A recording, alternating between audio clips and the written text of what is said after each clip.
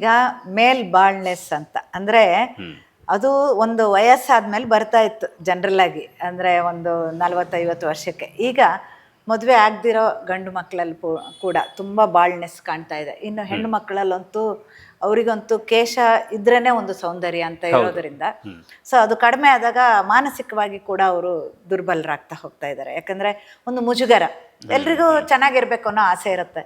So ಕೂದಲೇ ಇಲ್ಲ, ನನಗೆ ಈ ಥರ ಆಗ್ತಿದೆ ಅಂತ ಬೇಸರ ಇರುತ್ತೆ. ಯಾಕೆ ಮತ್ತು ಬಾಲನೆರೆ ನೀವು ಹೇಳಿದ್ರಿ, ಚಿಕ್ಕಂದಿಂದನೇ ವೈಟ್ ಹೇರ್ಸ್ ಆಗ್ತಾ ಹೋಗೋದು, ಇದು ಎಲ್ಲದಕ್ಕೂ ಕಾರಣ ಒಂದು ಸ್ಟ್ರೆಸ್ ಅಂತ ಹೇಳ್ಬೋದು. ಸೊ ನಾವು ಯಾವಾಗ ತುಂಬ ಸ್ಟ್ರೆಸ್ ತಗೊಳ್ತೀವಿ ಆಗ ಪಿತ್ತ ಅಂಶ ನಮ್ಮ ದೇಹದಲ್ಲಿ ಹೆಚ್ಚಾಗುತ್ತೆ. ಇನ್ನು ಕೆಲವು ಒಂದು ನೀವು ತಗೊಳ್ಳೋ ಆಹಾರ ಪದ್ಧತಿಲಿ ಕೂಡ ಈಗ ಫಾಸ್ಟ್ ಫುಡ್ ಎಲ್ಲ ತಗೊಳ್ಳೋದ್ರಿಂದ ಕೆಮಿಕಲ್ ಸೇವನೆ ಹೆಚ್ಚಾಗ್ತಾ ಇದೆ. ಮತ್ತು ನೀರಲ್ಲಿ ಕೂಡ ಒಳ್ಳೆ ಅಂಶಗಳು ನಮಗೆ ಸಿಗೋದಿಲ್ಲ. ಯಾಕಂದ್ರೆ ನೀವು ಫಿಲ್ಟರ್ ವಾಟ್ರು ಯಾವ ಥರ ಆರೋ ವಾಟ್ರ್ ಥರ ಮಾಡ್ಕೊಂಡು ಕುಡಿತೀರಿ. ಸೊ ನ್ಯಾಚುರಲ್ ಆಗಿರೋವಂಥ ಮಿನರಲ್ಸ್ ಆಗಲಿ ಯಾವುದು ಸಿಗೋದಿಲ್ಲ.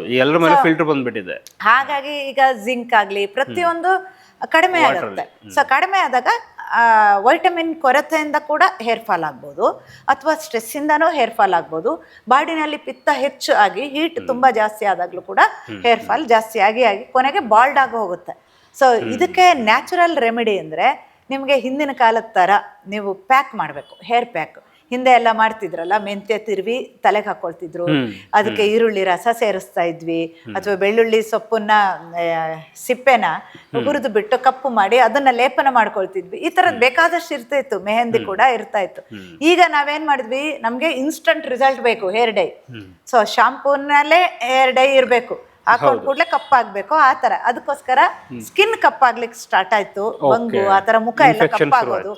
ಮತ್ತೆ ಸ್ಕ್ಯಾಲ್ಪ್ ಝೋರಿಯಾಸಿಸ್ ಅಂತ ಸ್ಕಿನ್ ಡಿಸೀಸ್ ಬರ್ಲಿಕ್ಕೆ ಸ್ಟಾರ್ಟ್ ಆಯ್ತು.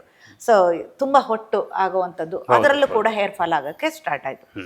ಸೊ ನ್ಯಾಚುರಲ್ ಹೀಲಿಂಗಲ್ಲಿ ಕೆಲವೊಂದು ಪ್ಯಾಕ್ಗಳು, ಅಂದರೆ ಅದರಲ್ಲಿ ಯೂಸ್ ಮಾಡೋದು ಕೂಡ ಭೃಂಗರಾಜ ಇರ್ಬೋದು, ಮೆಹಂದಿ ಇರ್ಬೋದು, ಇಂಥದ್ದೇ ಎಲ್ಲ ಒಳ್ಳೆ ಅಂಶನ ತಗೊಂಡು ಸೊ ಕಾಂಬಿನೇಷನ್ ಮಾಡಿ ಮಾಡ್ತಾ ಇರೋದ್ರಿಂದ ಹೇರ್ ಕಂಪ್ಲೀಟಾಗಿ ಕಪ್ಪಾಗ್ತಾ ಬರುತ್ತೆ. ಕಪ್ ಅಂದರೆ ಹೇರ್ ಡೈ ಆಗೋ ಥರ ಕಪ್ಪಲ್ಲ, ನ್ಯಾಚುರಲ್ ಬ್ಲ್ಯಾಕ್. ಸೊ ನಿಮಗೆ ವೈಟ್ ಹೇರ್ ಇರೋದಿಲ್ಲ.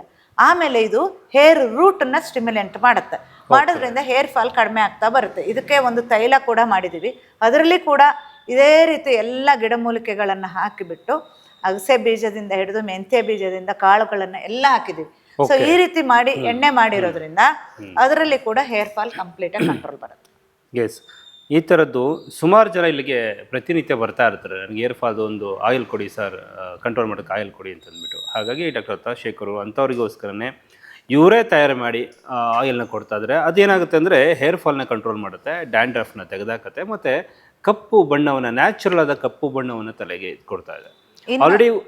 ಎಸ್, ಇನ್ನೊಂದು ಶಾಂಪು. ಈಗ ನೀವು ರೆಗ್ಯುಲರ್ ಯಾವುದೋ ಒಂದು ಶಾಂಪು ಹಾಕಿದಾಗ ಅದು ನೊರೆ ಬರಲಿಕ್ಕೆ ಅಂತ ಕೆಮಿಕಲ್ ಆ್ಯಡ್ ಮಾಡೋದಲ್ವಾ. ನ್ಯಾಚುರಲಾಗಿ ಅಂಟು ಅಳಕಾಯಿ ಅಂತ ಸಿಗ್ತಾ ಇತ್ತು ಹಿಂದೆ. ಸೊ ಅದನ್ನು ನೀವು ಜಸ್ಟ್ ಹಿಂಗೆ ಮಾಡಿ ನೋಡಿದ್ರು ಕೂಡ ಅದರಲ್ಲಿ ಎಷ್ಟು ನೊರೆ ಬರುತ್ತೆ. ಸೊ ಅದನ್ನ ಯೂಸ್ ಮಾಡಿ, ಸೊಪ್ಪುಗಳನ್ನು ಯೂಸ್ ಮಾಡಿ ಶಾಂಪು ಮಾಡೋದ್ರಿಂದ ನಿಮಗೆ ತುಂಬ ಶಾಂಪು ಥರ ಆಗೋದಿಲ್ಲ, ಬಟ್ ಎಣ್ಣೆನೂ ಹೋಗುತ್ತೆ, ನ್ಯಾಚುರಲ್ ಆಗಿ ಹೇರ್ ಕಂಪ್ಲೀಟಾಗಿ ಕ್ಲೀನ್ ಆಗುತ್ತೆ. ಸೊ ಈ ರೀತಿ ಒಂದು ಕೈಯಿಂದನೇ ಮಾಡಿರುವಂಥ ಶಾಂಪು ಕೂಡ ಮಾಡಿದ್ದೀವಿ. ಓಕೆ, ಯಾಕೆಂದರೆ ಕೆಲವೊಂದ್ಸಲ ಈಗ ಒಂದ್ಸಲ ಶಾಂಪು ಹಿಂಗೆ ಹಾಕ್ಬಿಟ್ರೆ ಸಾಕು, ಇಮಿಡಿಯೇಟ್ ಆಗಿ ಆಯಿಲ್ ಎಲ್ಲ ಕಡಿಮೆ ಆಗ್ಬಿಡ್ಬೇಕು ತಲೆಯಲ್ಲಿ ಅಂತ ಹೇಳ್ತಾರೆ. ಬಟ್ ಇದು ಪಾರಂಪರಿಕ ವೈದ್ಯ ಪದ್ಧತಿಯಿಂದ ಎಷ್ಟು ಉಪಯೋಗ ಅಂತಂದ್ರೆ, ಈಗ ಶಾಂಪು ಹಾಕೋರು ಇಮಿಡಿಯೇಟ್ ಆಗಿ ಹೋಗುತ್ತೆ, ನಿಜ ಫೈನ್ ಆಯ್ತು. ಬಟ್ ನೀವು ಹೇಳಿದ ಅಂಟುವಾಳ ಆಗಿರ್ಬೋದು, ಶಿಗೆಕಾಯಿ ಆಗಿರ್ಬೋದು, ಇದೆಲ್ಲವನ್ನು ಕೂಡ ಬಳಸೋದ್ರಿಂದ ಮತ್ತಷ್ಟು ಪಾಸಿಟಿವ್ ರಿಸಲ್ಟ್ಸ್ ಇರುತ್ತೆ. ನಿಮ್ಗೆ ಹೇರ್ ಫಾಲ್ ತುಂಬಾನೇ ಚೆನ್ನಾಗಿ ಕಂಟ್ರೋಲ್ ಬಂದ್ಬಿಡುತ್ತೆ. ಸೊ ಆ ಥರದ್ದು ನಿಮ್ಮಲ್ಲಿ ಸಿಗುತ್ತೆ? ಅದು ಖಂಡಿತ ಸಿಗುತ್ತೆ. ಎಸ್ ವೀಕ್ಷಕರೇ, ಸೊ ಮತ್ತೆ ಎಪಿಸೋಡಲ್ಲಿ ಸಿಗ್ತೀವಿ. ಹೇರ್ ಫಾಲ್ ಕಂಟ್ರೋಲ್ ಮಾಡ್ಕೋಬೇಕು ಅನ್ನೋರು ಅಥವಾ ಕಪ್ಪು ಹೇರ್ನ ಪಡ್ಕೊಳ್ಬೇಕು ಅನ್ನೋರು ಈ ಕಾರ್ಯಕ್ರಮ ನೋಡ್ಬಿಟ್ಟು ನಂಬರ್ ಕಾಲ್ ಮಾಡ್ಬೋದು.